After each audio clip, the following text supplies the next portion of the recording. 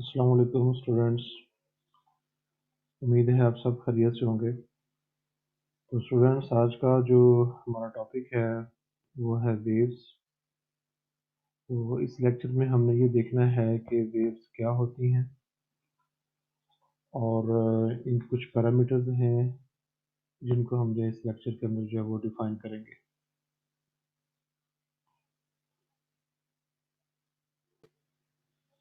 तो वेव्स क्या हैं? तो सबसे पहले हम एक ऑब्जर्वेशन की बात करते हैं जो हमें से अक्सर जो है वो जिसने हर एक ने तकरीबन ऑब्जर्व किया होगा कि अगर हम एक स्टैटिक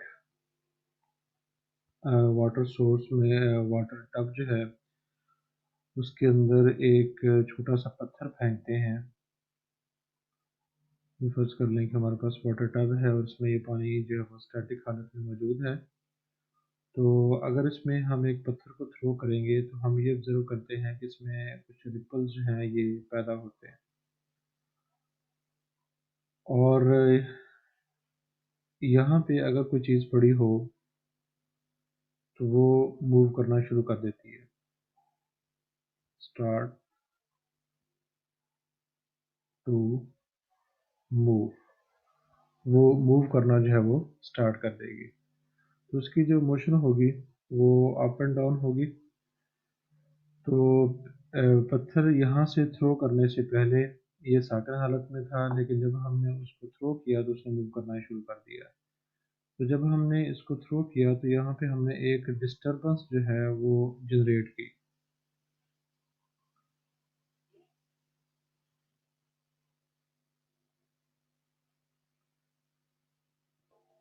तो इस डिस्टरबेंस की वजह से इस जगह पे जो पार्टिकल मौजूद था उसने मूव करना शुरू कर दिया। नहीं, हमने एक पत्थर के ज़रिए से एनर्जी इस पॉइंट पे ट्रांसफ़र की और वो एनर्जी जो है वो एक डिस्टरबेंस पैदा करते हुए इस पूरे मीडियम में वो यहाँ से इधर तक जो है वो चली गई। तो यहाँ से हम जो कंक्लूजन निकालते हैं वो ये है कि ये एक डिस्टरबेंस है जो किसी मीडियम के अंदर पैदा होती है और वो एक जगह से दूसरी जगह जो है वो ट्रांसफ़र होती है। तो ये हर तरफ मूव करेगी, जैसा कि हम एक्चुअल इसकी जो मोशन है देखते हैं कि अगर एक जगह पे हम किसी चीज़ को थ्रो करते हैं तो मोशन इस तरफ भी होती है, इस तरफ भी होती है। तो हर तरफ ये डिस्टरबेंस जो है वो प्रोपोगेट करती है। तो ये जो डिस्टरबेंस प्रोपोगेट कर रही है जिसकी वजह से यहाँ पे एनर्जी ट्रांसफ़र हुई है, इस डिस्टरबेंस का जो नाम है उसको हम देते हैं वेव। तो इसको हम डिफाइन इस तरह से कर सकते हैं कि it is a periodic disturbance इनकी wave, sorry, wave is a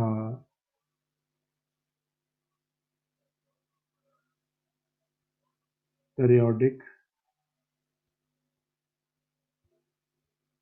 disturbance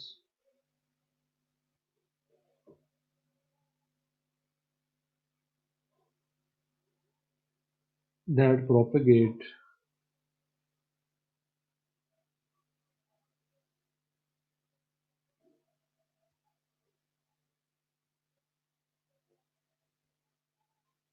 तो एक जगह से दूसरी जगह जाती है through out the space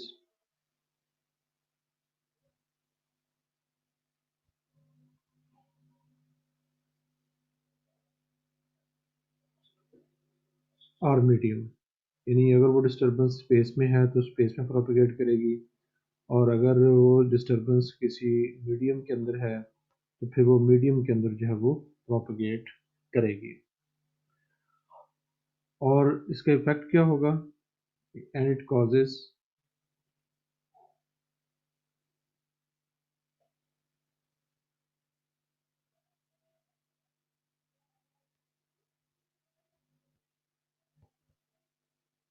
transfer of energy इनकी एनर्जी ट्रांसफ़र करने का मौजब बनती है, एंड मोमेंटम, और मोमेंटम जो है ये ट्रांसफ़र करती है। तो दोबारा इसको देख लें कि wave is a periodic disturbance that propagate throughout the space or medium, or what is its effect? Result of the effect is the transfer of energy and the momentum from one place to the other place, यानी कि जहाँ से ये पैदा हुई और जिस तरफ ये जो है वो मूव कर रही है। तो यहाँ पे हमने एक वर्ड इस्तेमाल किया है, periodic disturbance.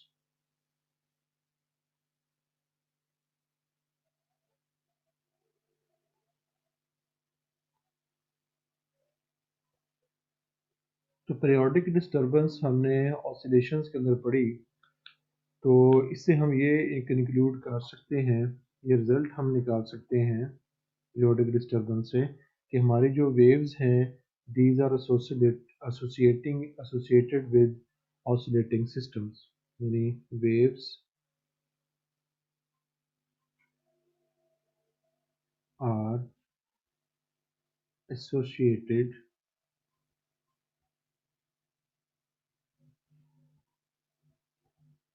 With oscillating systems.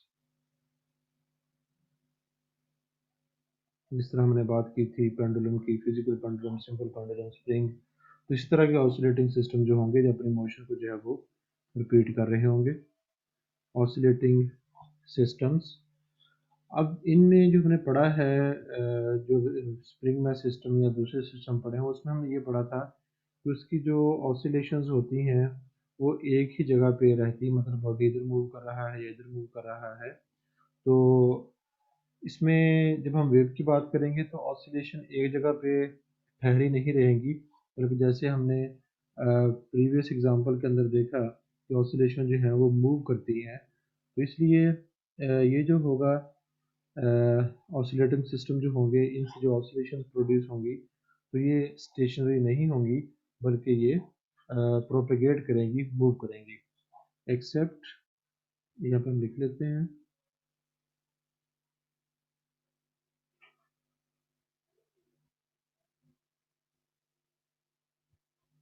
Accept that wave oscillations, क्योंकि जो वेव के ऑसिलेशंस हैं, that wave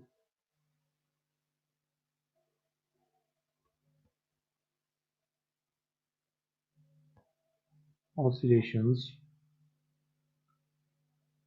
not appear not appear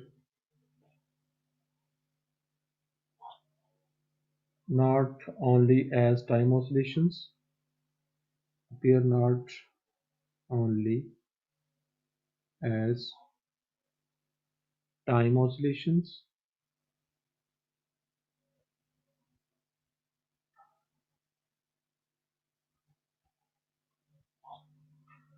तो टाइम ऑसिलेशंस की प्रॉपर्टी क्या है कि ये विद रिस्पेक्ट टू टाइम जो ऑसिलेट कर रही है, मतलब एक ही जगह पे खड़े खड़े, ये जिस तरह हमने इस एग्जांपल के अंदर पढ़ा था, एक ही जगह पे खड़े खड़े जो है वो ऑसिलेशन जो है वो कर रही हैं एट वन प्लेस।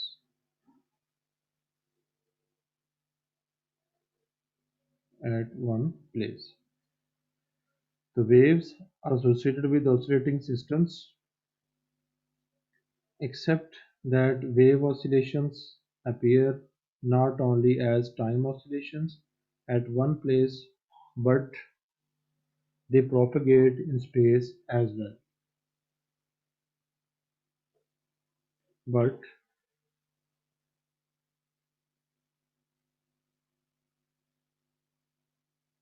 they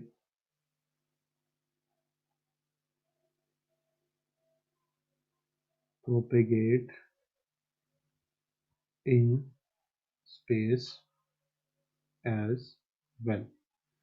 यानी जो हमने प्रीवियसली स्टडी किए हैं ऑसिलेशन सिस्टम, उनमें जो ऑसिलेशन है स्टेशनरी होती है, और इसमें जो ऑसिलेशन है वो मूव करती है, एक्सपैंड करती है, मतलब थ्रू द मीडियम जो होता है उसके अंदर जो है वो प्रोपेगेट करती है। तो ये जो अभी हमने बात की है वेव की, ये दो तरह की होती हैं, क्योंकि अभी हमने पीछे देखा था इसके डेफिनेशन में कि they propagate in space and medium. तो इसके हिसाब से हम इसको जो वेव फिनोमेना है इसको दो हिस्सों में डिवाइड कर सकते हैं। तो इसको हम फिर कहेंगे under the heading of types of waves.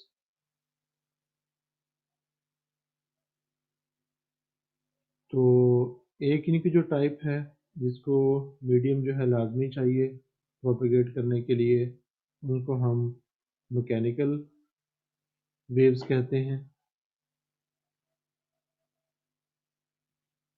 और जो दूसरी हैं उनको मीडियम नहीं चाहिए, उनको हम नाम देते हैं इलेक्ट्रो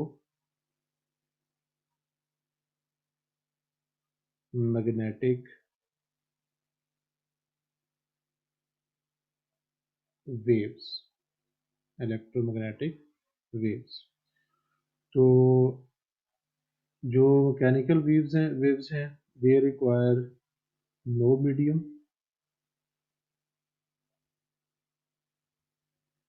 जबकि जो हमारी सॉरी जो मैकेनिकल वेव्स हैं दे रिक्वायर मीडियम।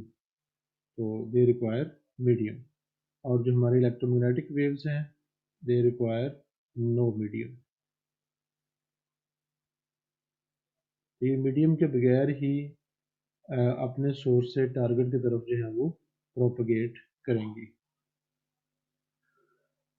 तो जो हमारी मैकेनिकल वेव्स हैं इनके अंदर हमारी जो जिनसे हम बहुत ज़्यादा फेमिलियर हैं वो हमारी साउंड वेव्स हैं। और हमने इसको बारहा स्कूल फिज़िक्स में, कॉलेज फिज़िक्स में पढ़ा है कि अगर मीडियम ना हो तो साउंड वेव्स जो है हमारी एक जगह से दूसरी जगह ट्रैवल जो है वो नहीं कर सकती। इसके एक्सपेरिमेंट भी आपने पढ़े होंगे।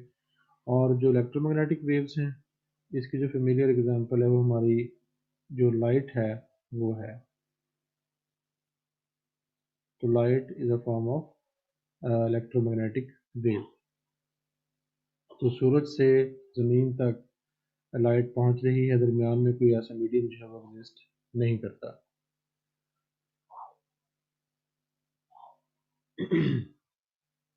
तो अब जो मैकेनिकल वेव्स हैं इनकी भी दो टाइप्स हैं, जिनमें हम ट्रांसवर्स वेव्स, इनके मैकेनिकल जो वेव्स हैं ये भी दो तरह की हैं। एक को हम नाम दे देते हैं ट्रांसवर्स वेव्स,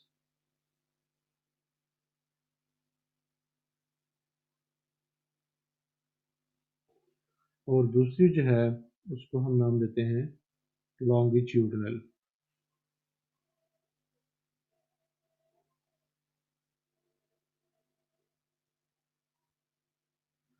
तो इनकी जो क्लासिफिकेशन है on the basis of direction of propagation of wave और जो मीडियम पार्टिकल है, तो ये दोनों जो हैं वो उनके लिए, दोनों के लिए मीडियम चाहिए। तो ट्रांसवर्स वेव्स में ये होता है कि अगर हमारी वेव इस तरफ मूव कर रही हो, यानी ये फर्ज कर लें कि वेव की डायरेक्शन है, तो जो मीडिया पार्टिकल होंगे उनकी डायरेक्शन जो होगी वो इसके परपेंडिकुलर होगी, यानी या वो अपवर्ड मूव करेंगे या जो है वो डाउनवर्ड मूव करेंगे। तो वाटर वेव जो है इसकी एग्जांपल है। इसी तरह स्प्रिंग के अंदर जो वेव्स हैं वो हमारी ट्रांसवर्स वेव्स हैं। और लॉन्गिट्यूडनल वेव्स के अंदर जो है ये होता है कि जिस तरफ हमारी वेव ट्रेवल कर रही होती है, कि अगर वेव की डायरेक्शन ये है तो जो मीडिया के पार्टिकल हैं उनकी जो ऑसिलेशन है वो भी along the direction of wave होती है, यानी फॉरवर्ड एंड बैकवर्ड। तो इसमें जो डायरेक्शन है वो परपेंडिकुलर होती है पार्टिकल्स की ऑसिलेशन की, और इसमें जो डायरेक्शन है वो या तो पैरेलल होती है जब वो वेव के साथ मूव करते हैं, या फिर जो है वो एंटी पैरेलल होती है। तो मीडिया के जो पार्टिकल्स हैं उनकी ऑसिलेशन के हिसाब से with respect to wave motion. हम जो मैकेनिकल वेव है इसको दो हिस्सों में डिवाइड कर रहे हैं। एक को हम नाम देते हैं ट्रांसवर्स वेव्स और दूसरी जो हमारी लॉन्गिट्यूडनल वेव्स हैं। यानी अगर वेव मोशन और पार्टिकल की मोशन एक दूसरे के परपेंडिकुलर हो तो वो ट्रांसवर्स वेव्स हैं, और अगर वेव मोशन और जो पार्टिकल्स के जो मीडिया का पार्टिकल्स हैं उनकी जो डायरेक्शन ऑफ ऑसिलेशन है वो उसके पैरेलल हो या उसके अपोजिट हो यानी एंटी पैरेलल हो, तो फिर हम उसको नाम देंगे लॉन्गिट्यूडनल वेव्स। तो ये जो लॉन्गिट्यूडनल और ट्रांसवर्स वेव्स हैं इनको हम इन जनरल एक ट्रांसवर्स रिप्रेजेंटेशन जो है वो देते हैं, और उसी के हिसाब से फिर जो है वो हम इनके पैरामीटर्स को डिफाइन करते हैं। यानी मैंने क्या कहा कि इन मैनी केसेस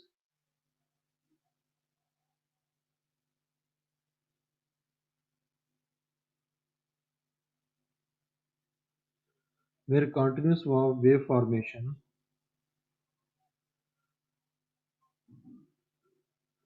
यानी वेव जो है कंटिन्यूसली प्रोड्यूस हो रही है, where continuous wave formation occurs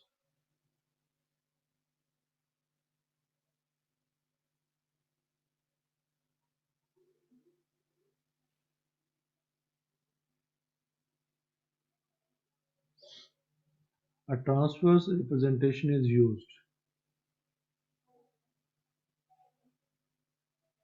A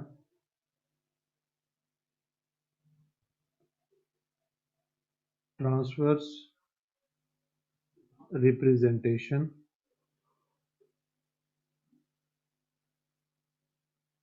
is used for both।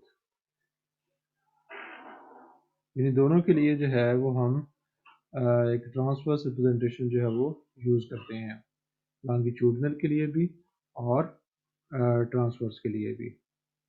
यानी मैंने ये कहा है कि अगर हमारे पास लॉन्गिट्यूडनल वेव्स हों या फिर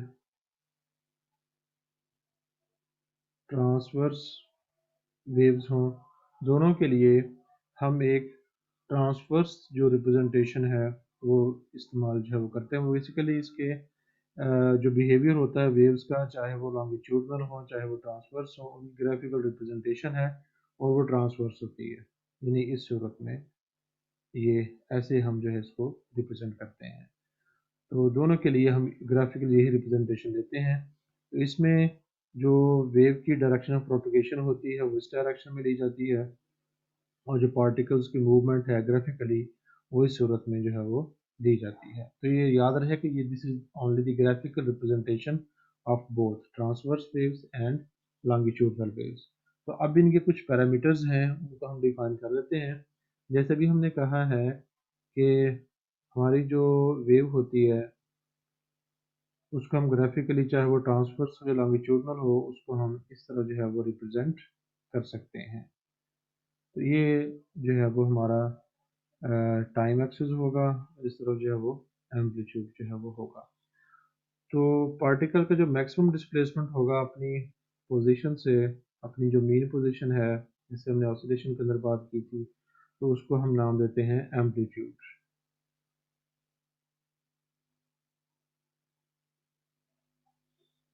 और एम्पलीट्यूड जो है ये पॉजिटिव भी हो सकता है, यहाँ पॉजिटिव है और यहाँ जो है वो नेगेटिव है।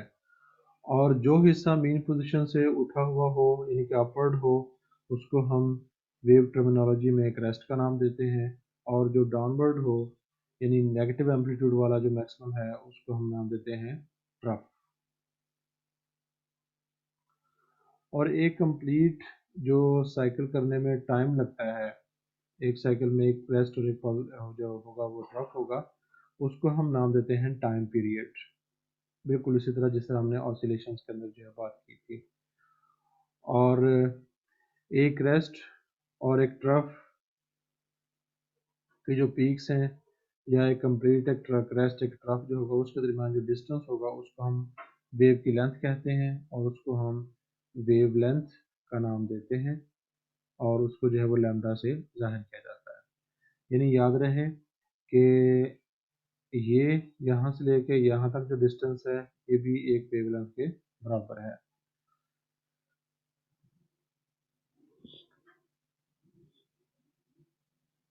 सॉरी, ये जो डिस्टेंस था ये जो हमने लिया था ये नहीं लेना, बल्कि जो सेम फेज के पॉइंट्स होंगे, मतलब ये जो है वो हमारे पास एंटी नोड है और ये कंजक्टिव एंटी नोड है, तो इसके दरमियान जो डिस्टेंस है उसको हम नाम देते हैं lambda, wave length of the wave हम इसे कहते हैं। तो ये कुछ टर्मिनोलॉजीज हैं जो हम याद रखेंगे और इसको आगे इस्तेमाल भी करेंगे। और एक और चीज़ रहेगी जो इसकी फ्रीक्वेंसी है, जैसे हमने ऑसिलेशंस के अंदर बात की थी कि अगर हम टाइम पीरियड का रेसिप्रोकल लें तो ये हमें ऑसिलेशन बताएगी, फ्रीक्वेंसी बताएगी। और यहाँ फ्रीक्वेंसी में क्या बता रही है कि एक साइकिल के अंदर कितने जो है वो सॉरी एक सेकंड के अंदर कितने जो ऑसिलेशंस हैं या कितनी वेव्स जो हैं वो जनरेट होंगी। तो इंशाल्लाह नेक्स्ट जो है हम अगले लेक्चर के अंदर जो है वो करेंगे। अस्सलाम वालेकुम।